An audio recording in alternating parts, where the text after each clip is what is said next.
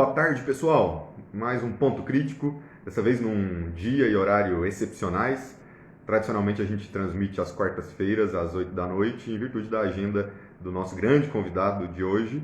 Nós estamos aqui no sábado para poder falar um pouco sobre um tema que é muitíssimo importante, que é o trabalho infantil. Na verdade, oi Maila, tudo bem? Oi Léo, vocês estão me ouvindo bem? Sejam bem-vindos. Na verdade, o combate ao trabalho infantil, não é? Felipe Caetano, que vai falar conosco daqui a pouco, é um jovem empreendedor, ativista, né? E que, bom, tive a oportunidade de conhecê-lo através do quadro do Luciano Huck, Inspiração, quando ele teve a sua história reconhecida e transmitida para todo o país, né? Portanto, hoje poder conhecer um pouco mais da história dele, que tem 19 anos de idade e já está fazendo um trabalho brilhante, com passagem inclusive pela ONU, né? Discursou na ONU em 2019, não foi isso? E portanto tem muito para poder esclarecer para a gente aqui, não é? Espero que vocês acompanhem até o final, que vocês possam fazer perguntas, possam participar. Daqui a pouco ele está chegando aqui e a gente vai fazer a nossa entrevista de sempre. Ô Tiagão, você está bem? Todo mundo por aí, Karine, Leandro, né? E, como eu estava dizendo, né, ultimamente nós temos a oportunidade, a cada quarta-feira, de poder fazer uma entrevista e conhecer um pouco mais da história desses empreendedores brasileiros, né? As entrevistas ficam salvas aqui no IGTV ou então no canal do YouTube, Ponto Crítico, que em breve vai ter uma melhoria, né? Vai aparecer mais nas pesquisas aí de quem estiver buscando, porque o Juan Pablo vai entrar nessa, né, para poder auxiliar. Tá certo? É bom você, às vezes, enviar aí a live para os amigos, né? Chamar, tocar esse coraçãozinho do lado aí, né? Porque isso faz com que mais gente possa engajar e possa participar conosco, não é? Perguntas, se tiverem, também pode mandar sobre trabalho infantil. Bom, então vamos ver aqui, daqui a pouquinho, o nosso companheiro. Cadê? E aí, Leandro, você tá bem? Daqui a pouco ele aparece por aqui. Felipe, você me manda aí uma solicitação de participação, porque engraçado, né? Aqui não saiu para mim hoje. Por que será? Só de perguntas. Aí ele aí, ó. Porque mudaram, na verdade, né? Então vamos trazer o Felipe aqui para bater um papo com a gente. Vamos saber de onde é que ele está falando, né? Essa oportunidade de ter essa conexão nas redes, né, é muito boa, porque a gente pode falar com gente de tudo quanto é lugar do Brasil. E aí, Felipe? Olá, Renato, tudo bom? Boa noite. Boa noite, seja bem-vindo. Tá dando para Deixa eu ouvir te bem? apresentar antes, né? Tô bem, e você? Tudo bem, tudo bem. Tá dando para escutar bem? Sim, aham. Perfeito. E você também, a mim? Tá, tô ouvindo bem. Tá bom. Bom, então para o pessoal que está chegando e que está acompanhando a gente, o Felipe Caetano tem 19 anos de idade, é ativista social, embaixador, defensor dos direitos das crianças e estudante de direito da UFC. É conselheiro do Unicef Brasil e cofundador do CONAPET.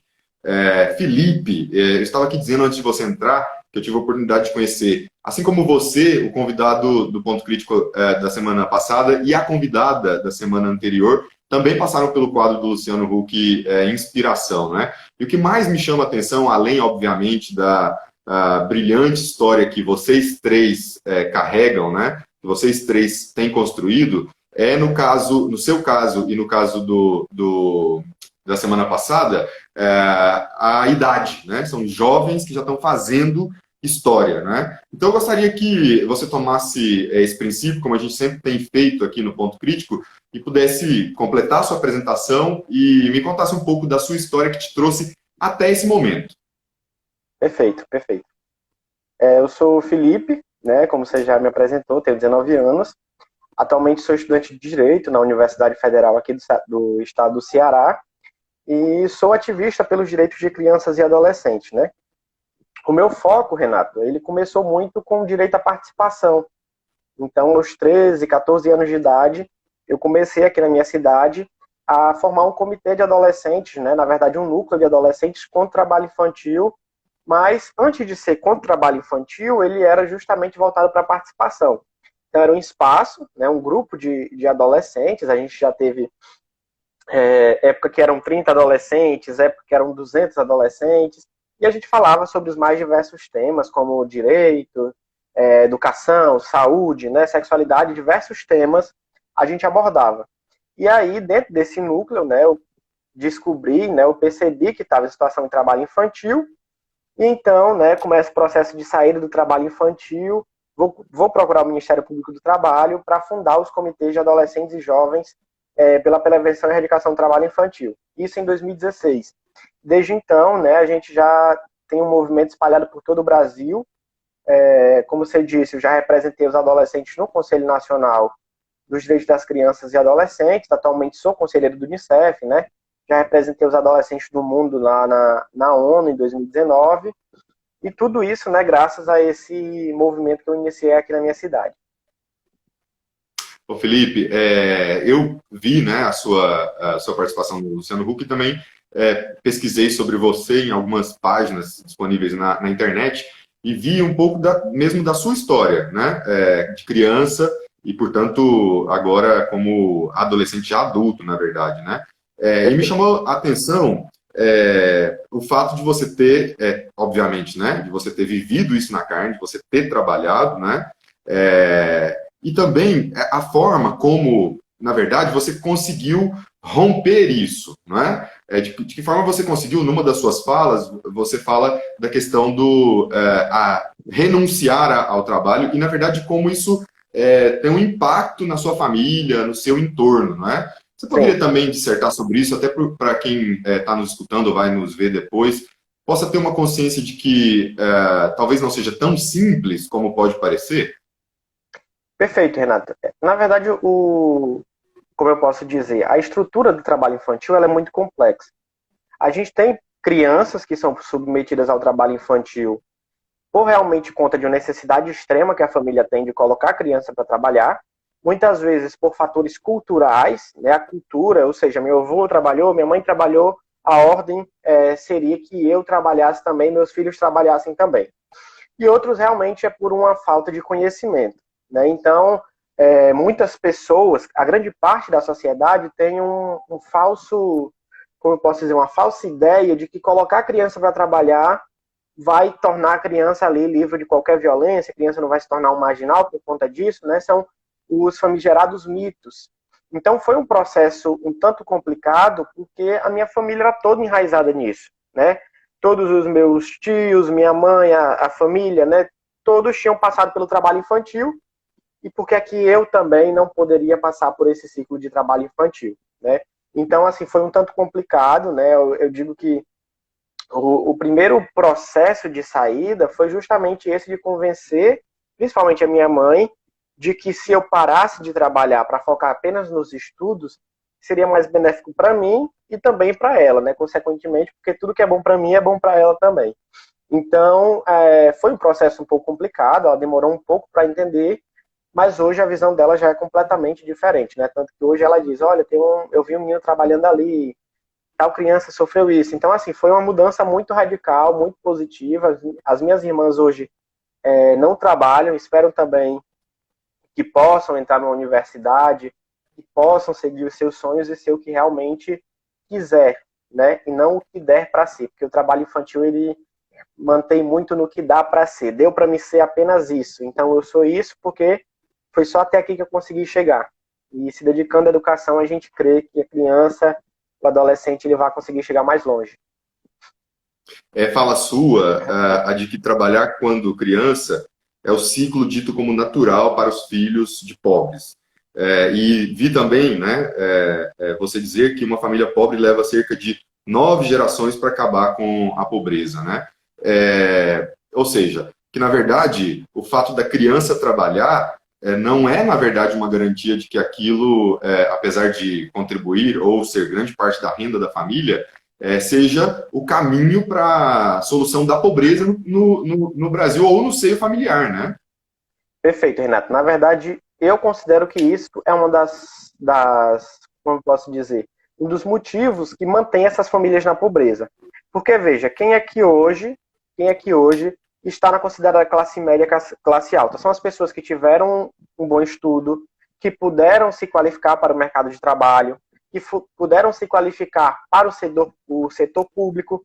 Por que, por exemplo, quando uma pessoa que foi um trabalhador infantil e consegue ser juiz, consegue ser procurador, tem assim uma grande divulgação da mídia, né? Foi cortador de cana e hoje é procurador da República. É justamente porque são exceções. Se fossem regras, não teriam essa divulgação. É porque é um número tão pequeno de pessoas que passam por essa situação, que conseguem chegar lá e conseguem ocupar esse devido espaço. É um número tão pequeno de pessoas e é por isso que se tornam destaque, é por isso que tem uma grande visibilidade, porque são poucas. O processo que eu fiz, eu considero também que são poucos. Então, por exemplo, eu quero ser procurador do trabalho. Quando eu tomar posse de procurador do trabalho, eu tenho certeza que as pessoas vão divulgar, foi trabalhador infantil e hoje é procurador do trabalho. Porque não são todas as pessoas, né? Existem exceções e eu, infelizmente, e ao mesmo tempo felizmente, faço parte dessas exceções. Então, o trabalho infantil, ele aprisiona a pessoa. Ele não permite que a pessoa se qualifique. Muitos adolescentes abandonam a escola para trabalhar. E aí tem a questão também da gravidez na adolescência, que pode ser tanto uma consequência como uma causa do trabalho infantil, e diversos outros aspectos, né, que aprisionam essas famílias em condição de trabalho infantil. E até mesmo, Renato, eu te digo que, pelo que eu já vi, que o trabalho escravo também começa assim. A maioria dos adultos que são resgatados em situação de trabalho análoga à escravidão começaram na infância, começaram na adolescência. São pessoas que não sabem o que são direitos trabalhistas, que não sabem o que são direitos humanos. Quando eu chego para um menino que está lá na plantação de cebola, por exemplo, eu digo, olha, você não pode estar fazendo isso porque seus direitos estão sendo violados. O menino pega e olha para mim e diz, direito? Eu tenho direito? Então, assim, são coisas muito chocantes, muito dolorosas, que a gente fica se perguntando, poxa, em 2021 ainda tem gente que apoia isso. Sabe, pensamento do século XVI, século XVII, que até hoje fazem pessoas como eu, como você, serem vistas como lunáticas, como utópicas, sendo que o que a gente quer é só o que manda a lei. Não é o Felipe que está dizendo, é a Constituição que está dizendo. Ô Felipe, tem uma frase sua de grande impacto também, que é o remédio de filho de pobre é o trabalho. Diante dessa frase, eu fui pesquisar, joguei lá no Google, né? A seguinte pergunta, que eu recomendo inclusive para as pessoas também, né? O que é preciso fazer para que uma criança tenha um bom desenvolvimento? Aí saiu, em primeiro lugar, um site chamado Leiturinha. Minha filha até recebe, eu não sei se você conhece, é um projeto de venda de livros, Leiturinha, que manda para casa de quem contrata, de quem compra, leituras adequadas para cada idade, né? Então, veja bem, aí a gente já tem uma diferenciação de quem tem acesso a isso, né? Mas lá no site da Leiturinha está escrito o seguinte: o que podemos fazer para ajudar no processo de aprendizagem de uma criança? Conversar e interagir com a família, brincar, ler, dormir bem, ter uma alimentação equilibrada, respeitar o tempo da criança. De que modo, portanto, um texto como esse, uma visão como essa, condiz, né, com todo esse pensamento do trabalho infantil, daquele que defende, na verdade, né, o trabalho infantil, né? Você disse, repito, o remédio do filho de pobre é o trabalho, né? Ou seja, para eles, parece que não há outra opção senão só trabalhar, né? Não tem esse desenvolvimento que muitos pais hoje em dia, muitos pais têm uma super ultra preocupação com os filhos e querem dar tudo para os filhos, né? Sim. Mas grande parte das crianças, daqui a pouco eu vou falar os números, né? Não podem ter acesso a isso, né? Sim. Não, com certeza. Na verdade, por exemplo, como é que eu vou dizer que uma criança, para ela crescer bem, ela crescer saudável, ela tem que ter o acesso à leitura, sendo que o meu filho não tem recursos nem para comprar um caderno para ir para a escola, né? Muitas crianças vão para a escola hoje, escola pública, para matar a fome, porque eles só se alimentam na escola. E aí uma das minhas grandes preocupações no início da pandemia foi o fechamento das escolas, porque muitos iam ficar sem essa comida, sem esse alimento. Mas é impensável que uma pessoa que passa pelo trabalho infantil, ela cresça mentalmente, psicologicamente, socialmente saudável, porque o trabalho infantil, ele deixa, sim, marcas na carne, mas eu acho que as principais marcas que o trabalho infantil deixa são as emocionais, né? são pessoas que não sabem o que é ser criança, que não brincam, não puderam ter o desenvolvimento cognitivo necessário para isso, né? Eu vejo adultos hoje, avós, né, que quando vão comprar um carro de brinquedo para o neto, compra dois, um para o neto e um para ele, que ele não pôde ter na infância. E essas são as pessoas que reconhecem que a sua infância foram prejudicadas. Mas a gente ainda tem aquelas duronas que dizem: eu trabalhei e não morri, eu trabalhei, hoje sou um homem, eu trabalhei e não sei o quê. Mas são pessoas tão afetadas, sabe? Algumas com problemas psicológicos e não reconhecem isso, outras com vícios, né? Porque, infelizmente, no trabalho infantil, os adolescentes têm contato com certos tipos de drogas, tanto lícitas quanto ilícitas, né? Então, assim, são diversos problemas que não tem como uma pessoa crescer saudável. Ele pode sim se fazer de durona quanto for, ele pode sim não demonstrar que o trabalho infantil prejudicou, mas o trabalho infantil prejudica. Só de você saber que um filho de empresário, que um filho de juiz, aos 8 anos está fazendo inglês, está se divertindo, está brincando, enquanto um filho de pobre está todo santo sábado, todo santo domingo lá na praia carregando bandeja, carregando coco para esses filhos de rico, é justamente mostrar que quem tem direito nesse país são as populações mais favorecidas. Quem tem um direito simples. Eu acho que o direito de ser criança é um direito muito simples, mas um direito muito básico. E não é toda criança que tem o direito de ser criança. Alguns estão criança, mas não são criança. É verdade. Então vamos começar do início agora, né? Vamos falar um pouco sobre o que de fato é o trabalho infantil, né? Onde tem maior incidência no Brasil. Mas antes disso, eu gostaria de dizer para quem está nos seguindo que, em números, nós temos 152 milhões de crianças de 5 a 17 anos submetidas ao trabalho infantil, dados de 2016, na verdade. 10 milhões de crianças e adolescentes são vítimas de escravidão.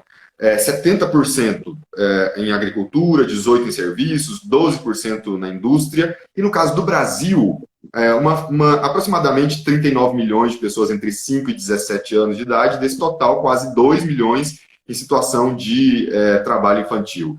Eu estou em Goiás, Felipe, e aqui em Goiás, também dados desatualizados de 2014, população aproximada de mais ou menos 7 milhões de habitantes, um total na faixa dos 5 aos 17 anos, de 1.400.000, e de trabalho infantil ocupados, portanto, de 5 a 17 anos, quase 100 mil. Não é?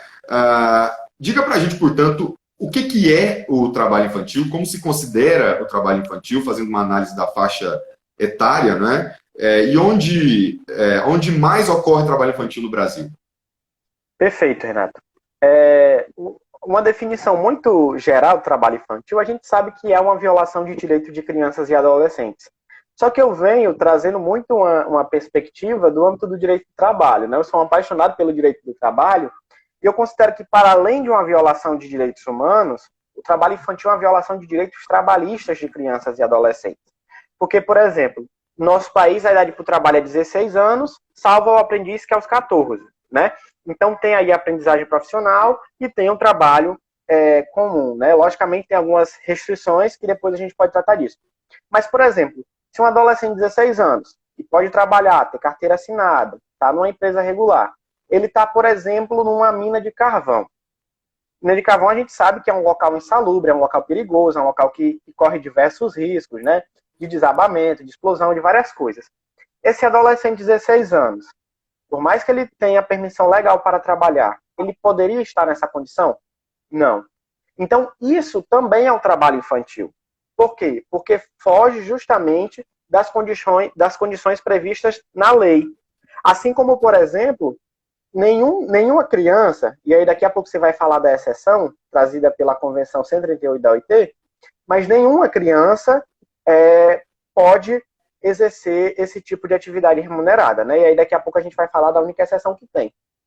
Então, o trabalho infantil é toda forma de trabalho que extrapola ou que viola o que está previsto na lei, né? É também o que viola a infância, o que viola a adolescência, o que viola a educação. Então, é justamente toda e qualquer atividade remunerada ou não remunerada exercida por crianças e adolescentes. Você quer saber se é um trabalho infantil? Coloca um adulto fazendo a mesma coisa nas mesmas condições. que para um adulto aquilo ali é um trabalho, para a criança é trabalho infantil. Uhum. Muito bom. Ô, Felipe, deixa eu só responder a Silvana, que está nos acompanhando, e me pediu os dados. Silvana, eu vou mandar para você sim. Ô, Felipe, até que idade a pessoa é considerada criança, segundo o ECA? Porque a gente, pelo que eu pesquisei, a gente tem aí uma idade que, inclusive, contempla o que é adolescente também, né? Para a ONU. Então, ou seja, Para a ONU. para a ONU, então explica isso para a gente. Explica isso para a gente. Perfeito. A Oceane, a live vai ficar gravada, perdão, Felipe, vai ficar gravada e depois também no canal do YouTube, mas fica aqui também no IGTV. Perfeito. Para o direito internacional, Renato, criança é todo ser entre 0 e 18 anos. Aqui para o Brasil, essa fase é infância e adolescência. É tanto que quem vê o meu discurso na ONU vai ver eu falando de criança, porque para muitos países não existe o termo adolescente. Né? Existe a infância, né? Existe também a juventude. Então, aqui, criança é de 0 até os 12 anos, de 12 aos 18 incompleto, passa a ser a adolescência. Muito bom. Deixa eu só saludar o Marco. Olá, nossa audiência está chegando no Chile. Olá a todos, é do Marco que está escutando a gente, né?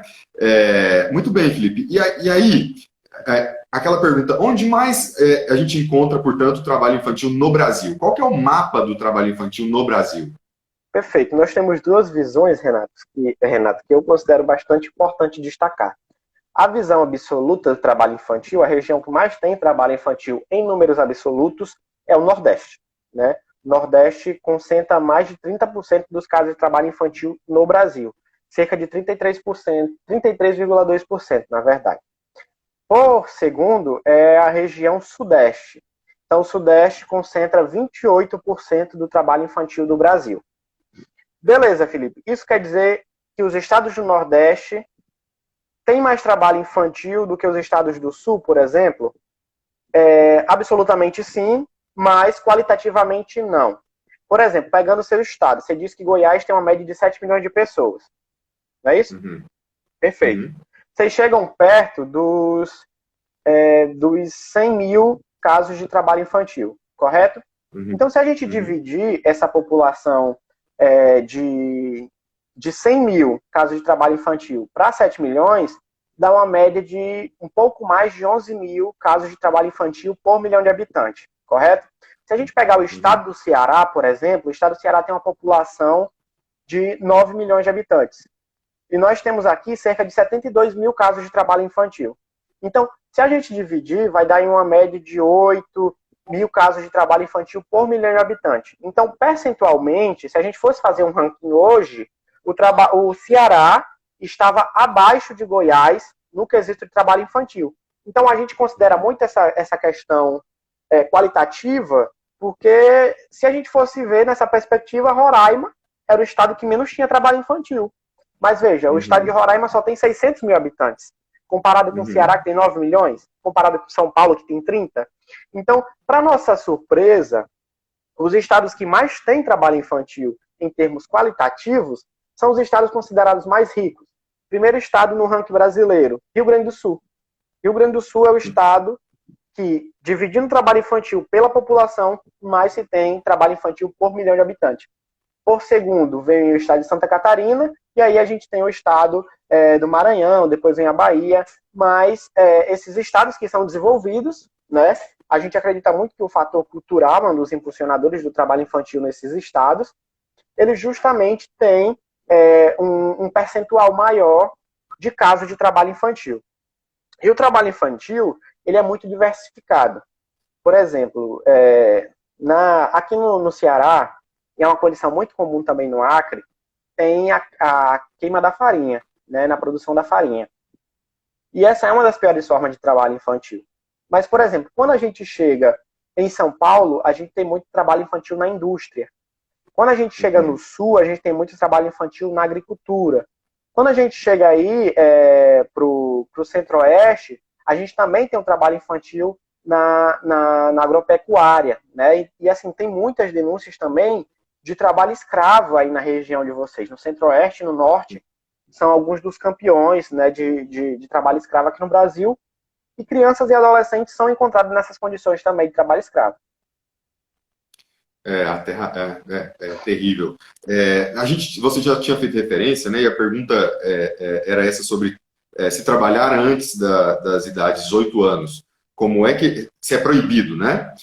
Se não se pode trabalhar antes dessas idades, como é que existem crianças e adolescentes trabalhando em novelas, filmes e outras atividades artísticas? Perfeito. Essa é uma questão muito polêmica, né? E o pessoal, quando quer me atacar, eles utilizam muito desse argumento. Mas quer dizer que na Globo, no SBT, pode trabalhar? Olha, por mim, teria uma série de restrições. Porque, por exemplo, se a gente olha a legislação portuguesa, tem assim uma lista imensa de requisitos para as emissoras, tem uma legislação específica sobre isso, uma regulamentação séria, pesada. E aqui no Brasil, infelizmente, corre à solta, né? Vários ex-atores mirins, a Bruna Marquezine falou que tiveram problemas psicológicos e tudo. E eu defendo a tese de que o quê? Olha, não importa se a pessoa tem 100 milhões de seguidores no Instagram, ou se ela nem Instagram tem, nem internet tem, mas todas as crianças merecem ter o tratamento igual e merecem ter a mesma proteção. A Convenção 138 da OIT, no artigo 8º, ela deu essa exceção das atividades artísticas. E aí o que a nossa querida Suprema Corte decidiu? Que era autorizado o trabalho infantil artístico, e aí eles deixaram bem claro, trabalho infantil artístico. A convenção, ela falava de atividades artísticas, e ao meu ver, seria uma garantia de direitos. Porque, por exemplo, se eu faço parte de uma cultura indígena, se eu faço parte da cultura quilombola, e meu grupo, né, a minha família tem uma tradição de fazer apresentações culturais, de alguma dança, ou de alguma coisa, é o meu direito cultural de manifestar aquilo, de fazer aquela apresentação, desde que não viole os direitos de crianças e adolescentes. E aí, na DPF 5.000, eu não lembro o número exato da DPF, porque são muitos números, me desculpem. Mas o STF ele considerou que era, sim, trabalho infantil artístico, autorizado, né? E que quem seria responsável para dar essa autorização em casos individuais seria justamente a Justiça Comum. E aí, eu particularmente bati muito no STF em relação a isso, porque além deles autorizarem um trabalho infantil artístico, eles deram competência para quem não entende de direito do trabalho, que foi a Justiça Comum. Então, assim, ao meu ver, né, inclusive escrevi texto sobre isso, a competência deveria ser da Justiça do Trabalho. É a Justiça do Trabalho que entende de violação de direito trabalhista de crianças e adolescentes, né? Então, infelizmente, a gente foi voto vencido, né? A ministra Rosa Weber fez uma sustentação fantástica, né? Ela que era juíza do trabalho, fez uma defesa, assim, ao meu ver, excelente, defendendo isso, mas infelizmente, né, ficou autorizado e a gente teve alguns casos, Renato, não sei se você lembra, que deu muita polêmica, foi um tal de Bel para Meninas, em que a mãe obrigava a filha a produzir conteúdo, a menina toda sem graça produzindo aquilo, justamente porque a mãe estava ganhando dinheiro às custas da menina, né? Então, assim, é uma coisa que a gente tem que debater muito, mas que, com certeza, né, existem outras condições, né, que não são autorizadas, mas também que são violadas e as pessoas nem fazem de conta que isso existe. Felipe, se a criança está na escola, ela pode trabalhar no período? Não, não, é proibido, mesmo que esteja na escola.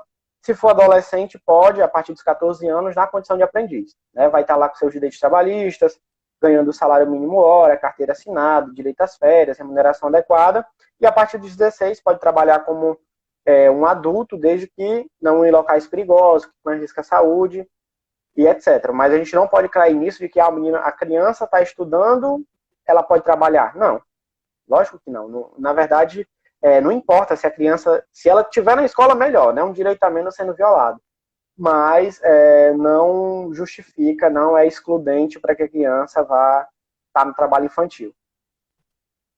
Ô Felipe, a gente falou também, né, sobre os riscos do trabalho infantil para criança, né? A gente poderia citar aí, por exemplo, desde risco ergonômico, quer dizer, de danos à coluna, dependendo do tipo de trabalho, evidentemente, né?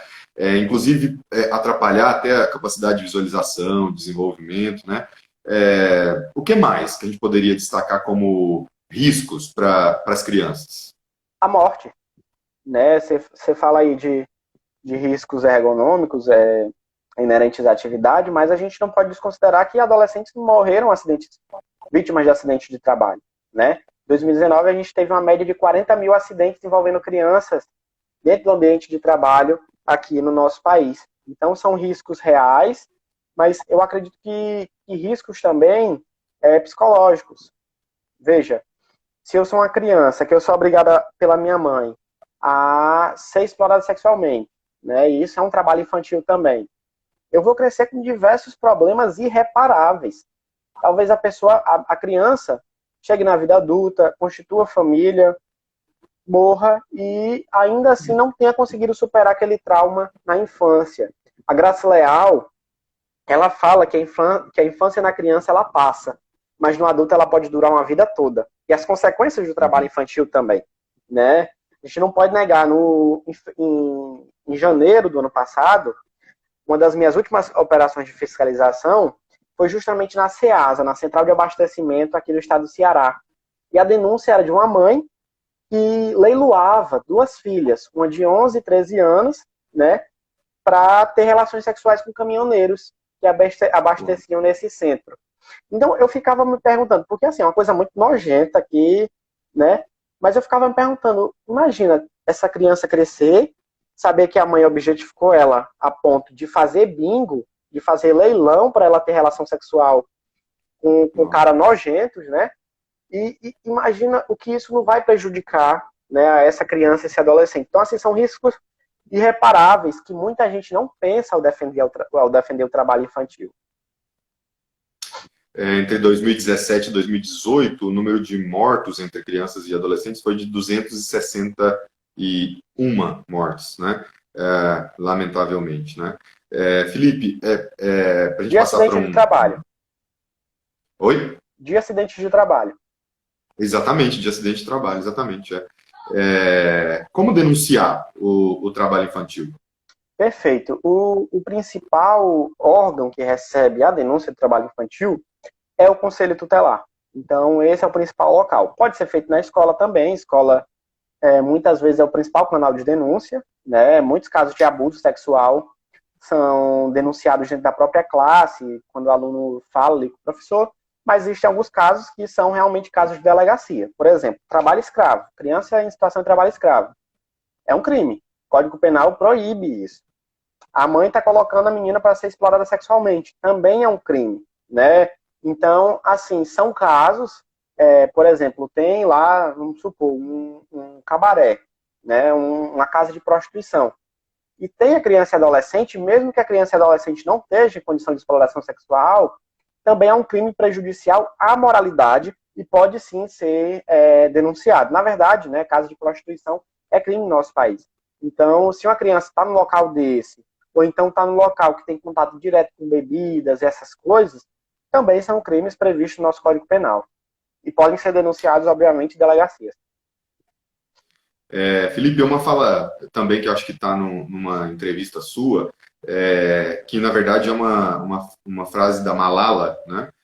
Que diz que quando o mundo inteiro está em silêncio, até mesmo uma só voz se torna poderosa, né? Eu gostaria que você falasse um pouco sobre esse seu trabalho, na verdade, e das dificuldades que você já encontrou, se em algum momento você se sentiu só fazendo esse trabalho, né? Se há resistência, se há crítica, se há cobrança, não é? De que forma até hoje, portanto, você tem lidado com esse universo? Olha, Renato, quando eu comecei era mais perigoso porque eu viajava muito só, né?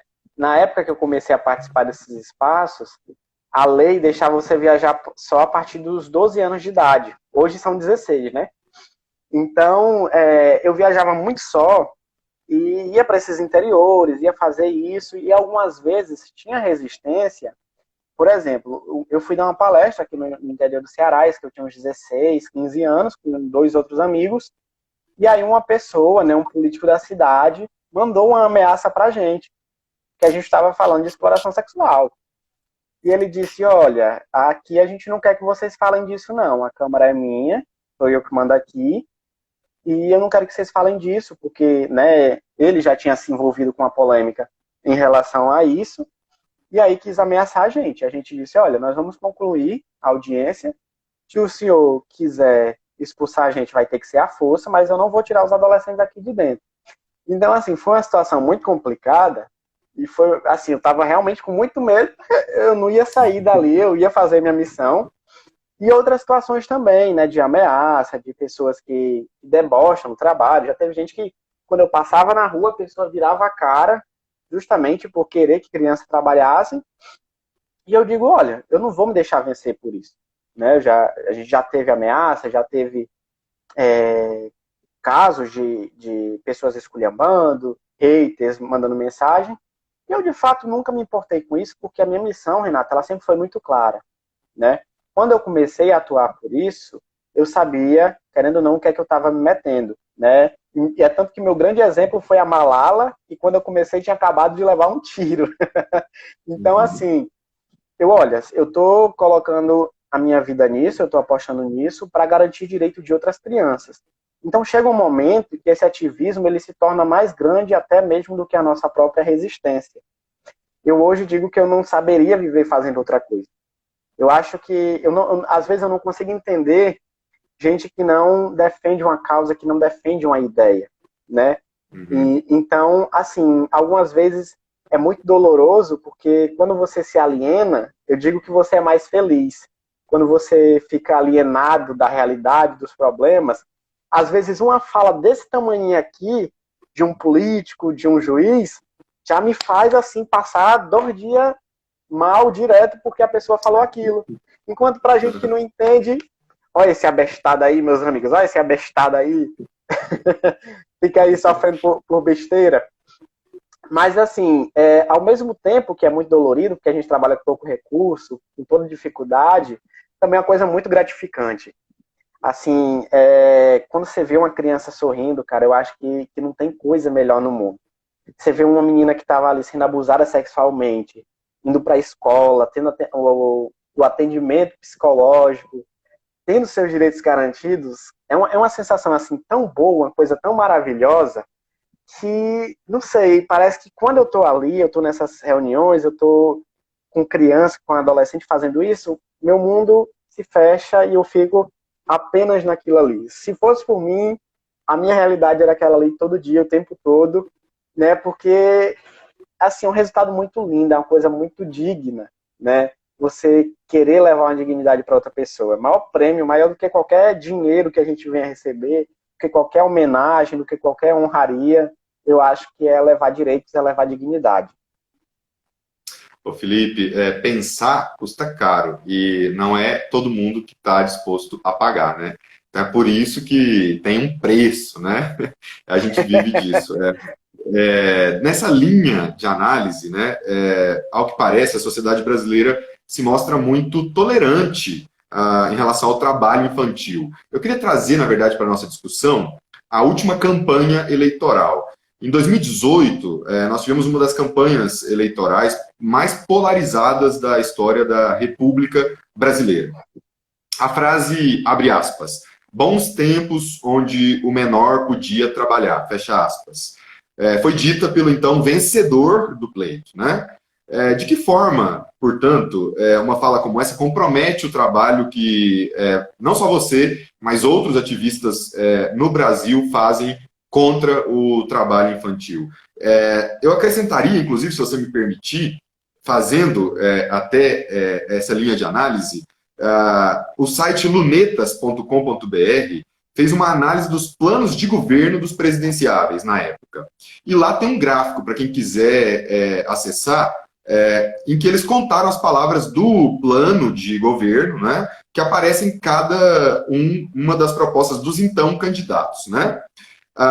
Do vencedor, que a gente pode nomear aqui, que se chama Bolsonaro, a palavra creche apareceu 0 vezes, educação infantil 1 vez, infância 0, infantil 0. Portanto, a sociedade escolhe como candidato e como representante maior alguém que verbaliza, eu repito, bom era o tempo em que menor podia trabalhar. Renato, como é que a gente quer que apareça isso se só tinham 15 páginas, né? Eu não entendo como é que uma pessoa faz um projeto de governo para um tamanho de país como o Brasil, né? É um país em tamanho continental e queira governar o país com 15 páginas, né? Mas, assim, independente de qualquer espectro político que as pessoas que estão nos assistindo sigam, inclusive eu faço uma fala muito como eu posso dizer, muito antipartidária de defesa de direitos de criança e adolescente, porque mesmo pessoas de direita e mesmo pessoas de esquerda têm violadores, assim como tem defensores. Eu tenho muitos amigos que são de uma linha política diferente da minha, mas que são ferrenhos defensores dos direitos de crianças e adolescentes, assim como tenho pessoas que pensam na mesma linha política que eu, que violam direitos de crianças e adolescentes. Mas esses pensamentos me lembra muito, né, o pensamento da banalidade do mal, que a Hannah Arendt ela toca. Então, querendo ou não, uma palavra, uma mínima que seja, ela afeta e muito. Veja, o Donald Trump disse que se as pessoas bebessem detergente, iriam ficar livres do coronavírus. Assim, uma imbecilidade imensa. Quem em sã consciência pensa nisso? 2 dias depois, várias pessoas com infecção intestinal por terem ingerido detergente. Então você pensa, se as pessoas conseguem ser tão assim, tão alienadas a ponto de tomarem detergente, isso vindo de um líder político, seja de esquerda, seja de direita, seja de centro, ela causa muito impacto, porque essas polarizações, elas alienam muito as pessoas. Então você vê pessoas que sem envolver política partidária já defendem um trabalho infantil, imagina levando a defesa de um então presidente da República em relação a isso, né? Assim, são males muito difíceis, porque encontram em um líder político uma defesa de sua pauta, né? E que na prática também afeta a gente que trabalha com isso. A mesma coisa também é quando se defende, por exemplo, que ainda dentro do trabalho infantil, que os adolescentes comecem a trabalhar aos 12 anos de idade. Né? A Bolívia tentou legalizar para 10. E aqui no Brasil tem PECs que tentam fazer isso para 12. Então isso dá um aval para um comerciante, para um empresário, colocar o menino lá a partir dos 12 anos.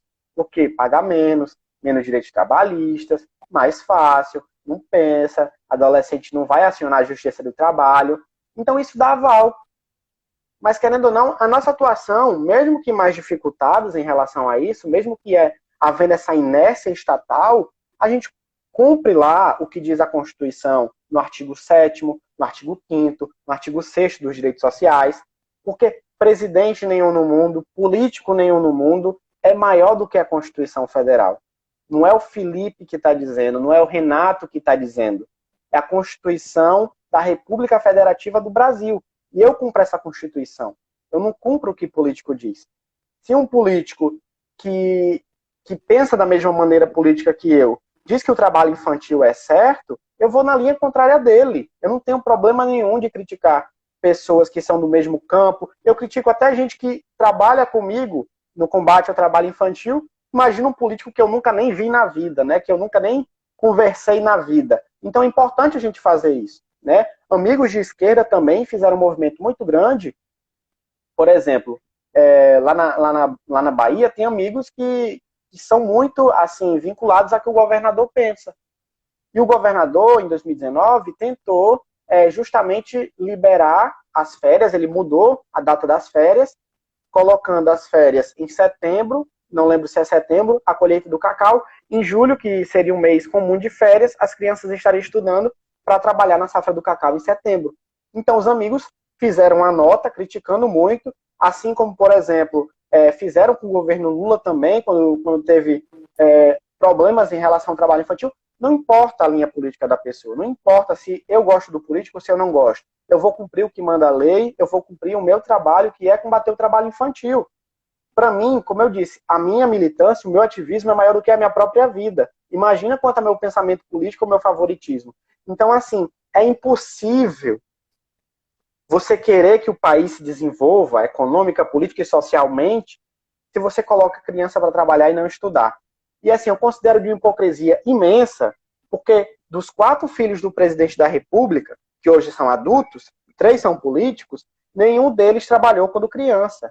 Repito, nenhum deles trabalhou quando criança. Estudaram, fizeram intercâmbio fazendo hambúrguer nos Estados Unidos, mas os filhos de pobre estão vendendo água na praia, estão trabalhando. Então, bons os tempos que a criança podiam trabalhar, crianças que não eram dele, crianças que eram dos outros. Então, eu particularmente considero muita hipocrisia, né? Na verdade, a maioria dos filhos nem trabalhou na vida, mas que não trabalharam quando criança, e isso é muito danoso. O Brasil foi muito criticado por isso, dentro da OIT, né? Assim como a Bolívia foi também, e nas próprias palavras dele, né? Ele disse que não propõe reduzir a idade do trabalho porque ele vai ser muito criticado. De fato, ele tem muita gente que pensa como ele, mas também ele tem muitas pessoas que vão acionar. Inclusive, se o presidente da República tentar diminuir a idade para o trabalho no Brasil, eu mesmo vou entrar com ação na Corte Interamericana de Direitos Humanos, assim como já o fiz outras vezes.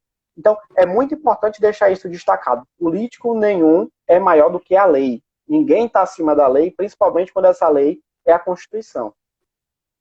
Ô Felipe, e no país do simplismo, é interessante a gente de novo levantar a seguinte questão, de que isso sai, inclusive, também esteve no discurso do presidente, não só ele, mas de outras pessoas também, né? De que muito melhor do que uma criança ou um adolescente usando uma pedra de crack, até aí na época ele falou um paralelepípedo, fumando um paralelepípedo de crack, é ele estar trabalhando, né? Portanto, nesse simplismo cruel, a gente tem, de novo, só 2 oportunidades para o filho do pobre. Ou ele vai trabalhar, ou ele vai usar droga, né? E aí a gente esquece... e aí a gente esquece de debater... veja bem, você está aqui quase 1 hora falando sobre o quanto, na verdade, nós precisamos preparar o terreno com educação, com oportunidades, né, com idiomas, né, com absolutamente uma gama de necessidades que a criança tem para se desenvolver, e a gente reduz a 2 coisas, quer dizer, ou vai ser usuário de droga, ou vai trabalhar, porque o trabalho dignifica o homem, né? Eu deixei trabalhar e nem sou usuário de drogas, então, assim. Mas é um discurso muito... esses discursos falaciosos, eles são fáceis de entender porque você não precisa pensar.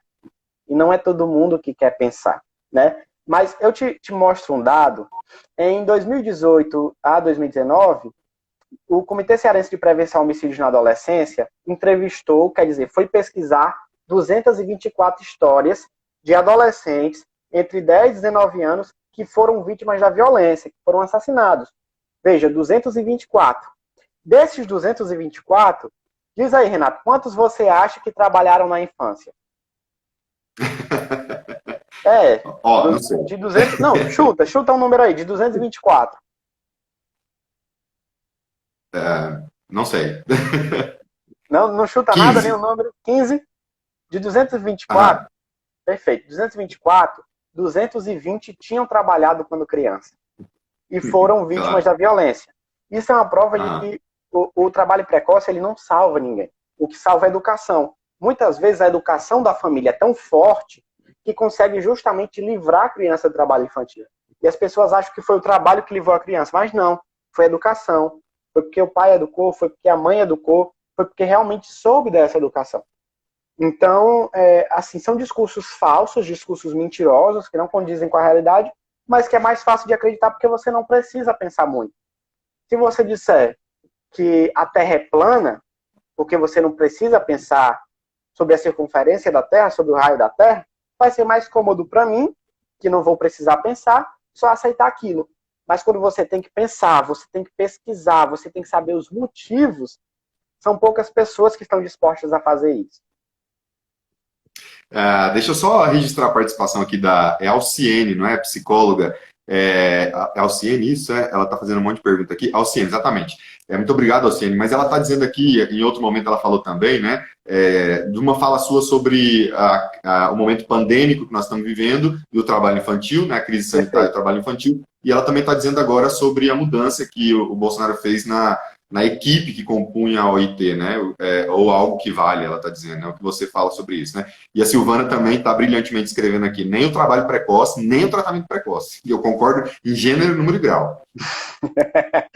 Não, com certeza, com certeza. Eu não vou entrar muito na fala política aqui, porque algumas pessoas se ofendem muito fácil. Mas, assim, eu tenho uma posição muito clara, né? Eu tenho meu espectro político, mas em nenhum momento isso me torna um cego que não faz ver as coisas. Se for para criticar a pessoa de direita, eu critico, de esquerda, eu critico, de centro, eu critico até a minha família, porque eu não vou criticar essas pessoas, né? Então, assim, são coisas que a gente realmente tem que considerar. Aproveitando que você está mandando aí abraço para todo mundo, eu vou mandar um abraço para as pessoas que estão nos assistindo. Teve uma rotatividade aqui grande de gente que entrou e saiu. Para os meus amigos que entraram, vi uns amigos aqui, umas pessoas queridas, o pessoal de Fortaleza, Marcelo, que é conselheiro tutelar. Então, um beijo, pessoal. Desculpa aí se eu não vi as mensagens. Em relação a esse trabalho infantil, na equipe desculpa, esse trabalho infantil em momentos de pandemia, é um tema muito delicado, porque a OIT está projetando que a gente venha a ter 324 novos mil casos de trabalho infantil pós-pandemia. Então, assim, isso é muito preocupante, porque atrasa a nossa luta em 4 anos. Em média, a gente consegue reduzir 100 mil por ano. Com mais 324, a gente vai demorar 4 anos para chegar ao que nós estávamos em março do ano passado. Então, assim, isso, lógico, é muito danoso, mas a gente tem que olhar também as crianças e as famílias que estão sendo vulneráveis quando, por exemplo, vão para a rua vender alguma coisa, ou vão para a rua pedir esmola, pedir dinheiro. Então, isso é, obviamente, muito prejudicial, né?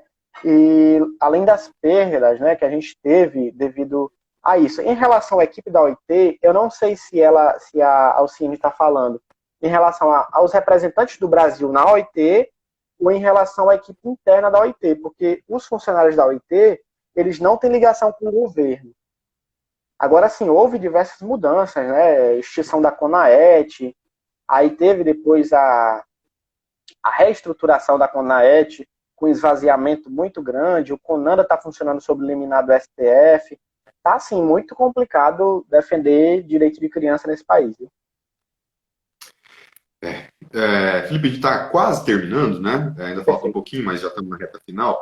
Eu gostaria que você falasse, também na sua participação no Luciano Huck, você falou sobre ele, mas eu gostaria que você falasse sobre o doutor Antônio na sua vida, né? Que você pudesse dizer para nós quem é, né? O doutor Silvério Calasta está aqui também assistindo a gente, um abraço, Thiago. Eu já falei do Thiago, né? O Thiago também estava, e inclusive ele até te elogiou aqui.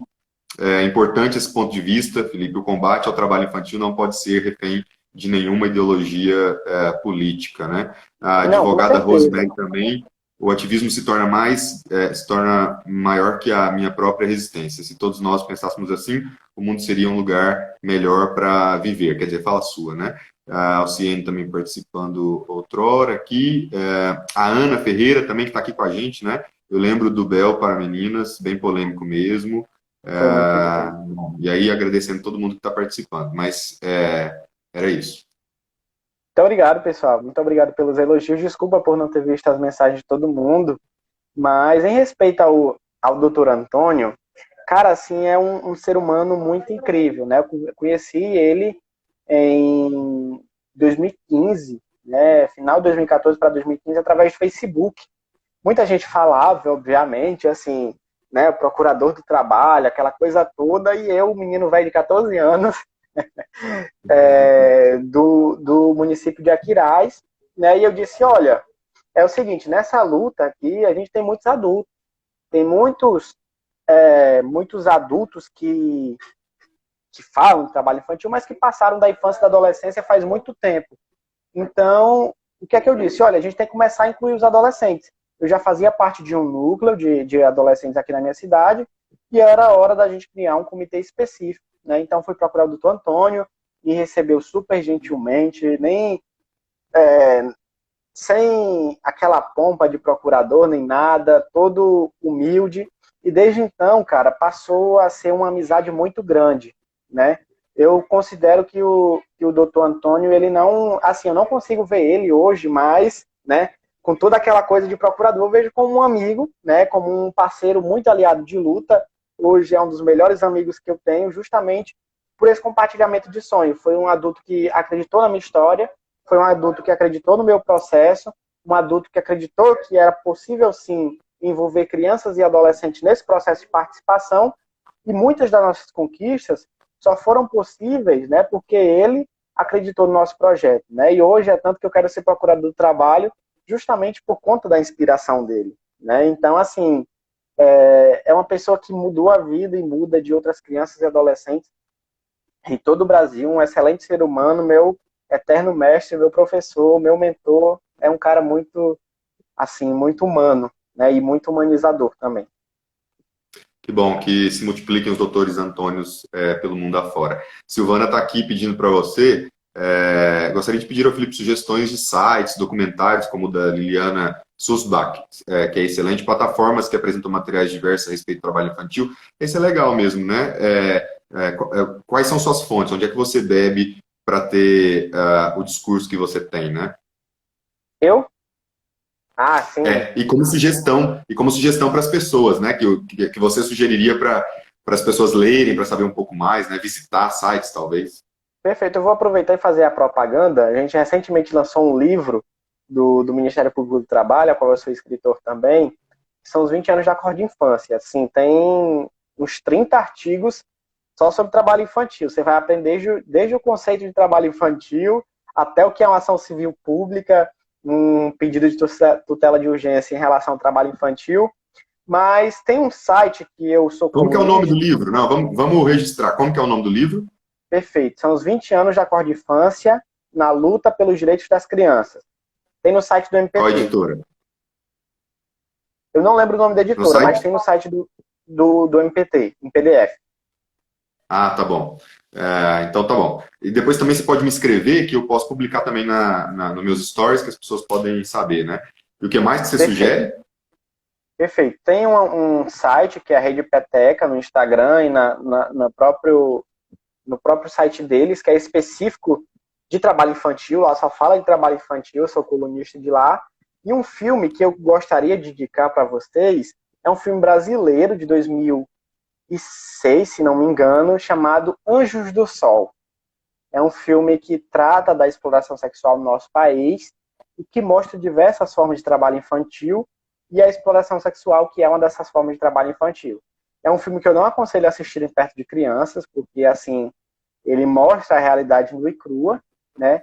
Mas que trata muito fiel o que a gente encontra no dia a dia no combate dessa mazela social.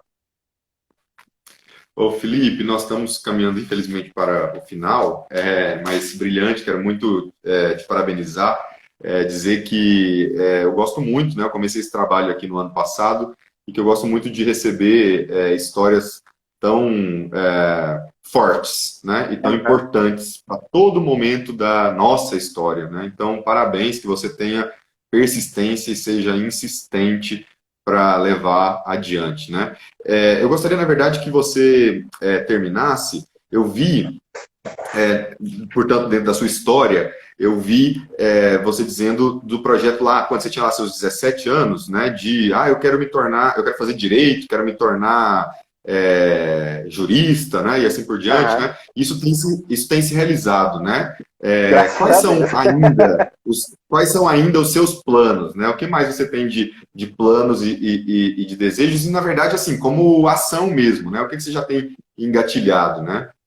Olha, eu acho que quem conseguiu assistir o programa viu que eu falo muito de sonhos, né? Eu acho que o sonho é a principal coisa que move a pessoa. Tem esse vídeo aí, 2017, do Unicef, inclusive, eu acho, né? Falando que eu quero fazer direito para ser procurador do trabalho. E nessa homenagem eu já falo que sou estudante de direito e vou ser procurador do trabalho. Acho que daqui a alguns anos vai ter algum vídeo eu dizendo que sou procurador do trabalho e quero fazer alguma outra coisa. Porque, graças a Deus, tô conseguindo efetivar, né, o que eu quero, né, essa luta. E justamente eu quero tornar um procurador do trabalho, quero tornar um jurista para continuar combatendo o trabalho infantil, né? E assim, o âmbito do Ministério Público ou o âmbito do judiciário, né? Muita gente quer que eu seja juiz, mas meu coração é de procurador. Eu acredito que eu vou conseguir ajudar, né? Seja destinando recurso, seja ajudando a minha própria comunidade, seja escrevendo livros, seja fazendo denúncias, seja no âmbito internacional. Então, o que me move é justamente isso, ajudar outras pessoas, ajudar crianças e adolescentes, né? E aí, logicamente, é uma coisa que eu já faço, combater o trabalho infantil, mas como procurador, né, essa vai ser a minha profissão. E, de fato, eu vou fazer isso como uma tarefa constitucionalmente prevista, né?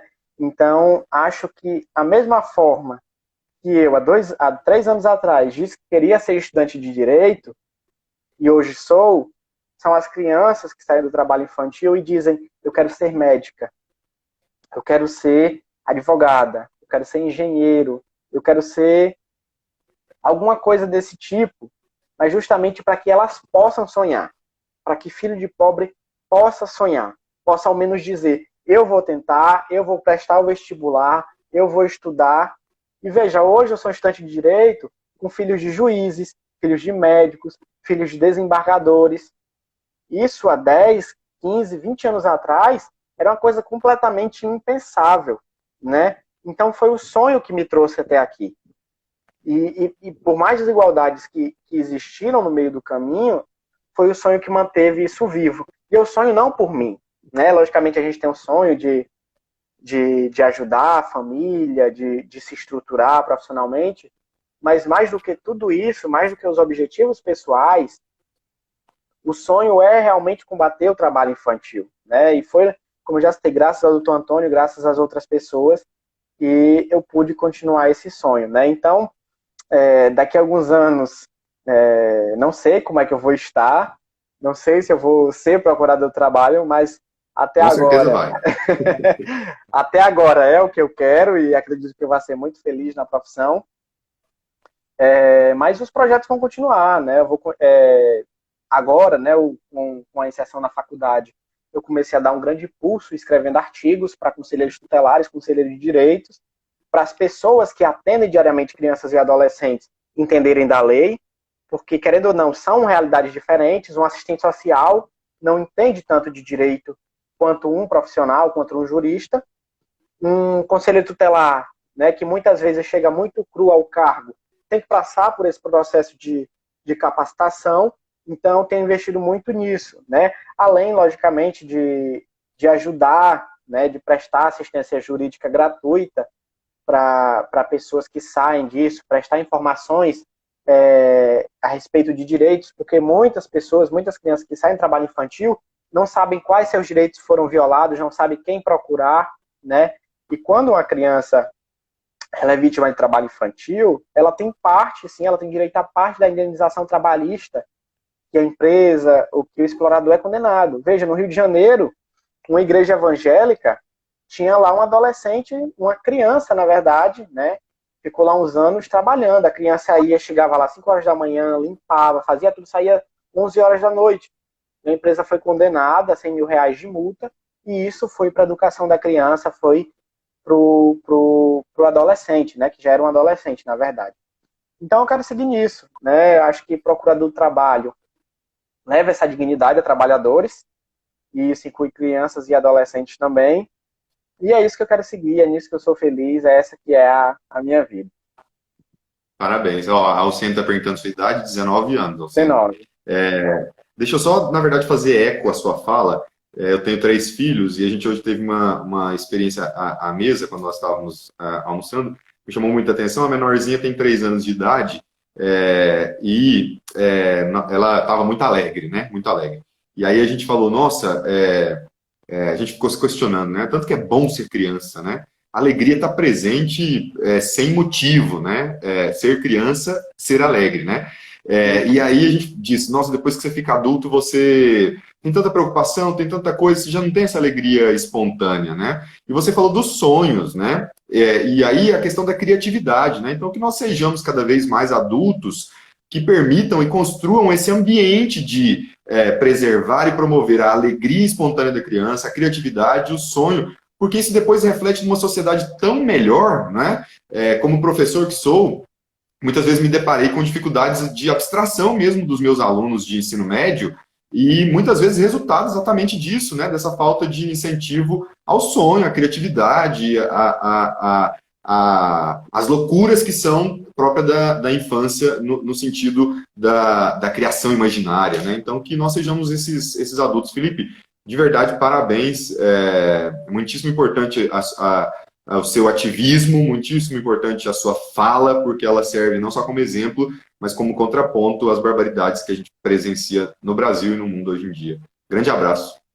Muito obrigado, Renato. Agradeço ao convite, agradeço a todas e todos, né, que estiveram aqui conosco. Na verdade, fico muito lisonjeado pelos comentários aqui, pelos elogios. Podem sempre contar comigo, assim que sempre que você precisar, pode contar comigo. E você perguntou sobre projetos, né? Antes de encerrar aqui, eu gostaria de dizer que agora, pela Universidade Federal do Ceará, nós estamos fazendo uma pesquisa sobre 7 mitos, né? E nós queremos quebrar essas falácias que sustentam o trabalho infantil. E a principal é aquela que diz que é melhor a criança estar trabalhando do que ela estar roubando. A gente vai entrar dentro do sistema prisional, nós vamos entrevistar presidiários, nós vamos entrevistar adolescentes em cumprimento de medidas socioeducativas, para mostrar que o trabalho infantil ele não salva ninguém, e que lugar de criança é sim na escola. Porque eu tenho certeza, Renato, hoje minhas irmãs não trabalham, e eu tenho certeza que meus filhos não vão trabalhar, meus netos não vão trabalhar, e eles vão ser arquitetos, vão para a NASA, vão ser o que eles quiserem, né? Porque uma coisa que ficou muito evidente para mim, há 10 anos atrás, por exemplo, era impensável, nenhuma pessoa, acho que nem minha própria mãe, diria que hoje, 10 anos depois, eu estaria estudando Direito na universidade mais concorrida do Norte e do Nordeste, né? É um nunca me sonharam. Então, vamos começar a sonhar as crianças e adolescentes, vamos começar a pensar que pobre pode sim estar onde ele quiser, e que lugar de criança e adolescente vai depender muito dos seus sonhos, né? Tem pedras, tem dificuldades, mas o sonho tem que continuar vivo. Meu amigo, muito obrigado. Pode sempre contar comigo e foi uma honra conversar com você. Muito obrigado. Ó, vamos também mandar um abraço para o Paco, que é padre e é da Espanha. Você vê que nós estamos com uma audiência internacional. Bienvenido, Chile, muchas Espanha, gracias. né? Olá, Sim, Paco. Muchas gracias. muchas gracias. Muito obrigado, viu, Felipe? Um abraço. Muito obrigado, um abraço, boa Tchau. noite.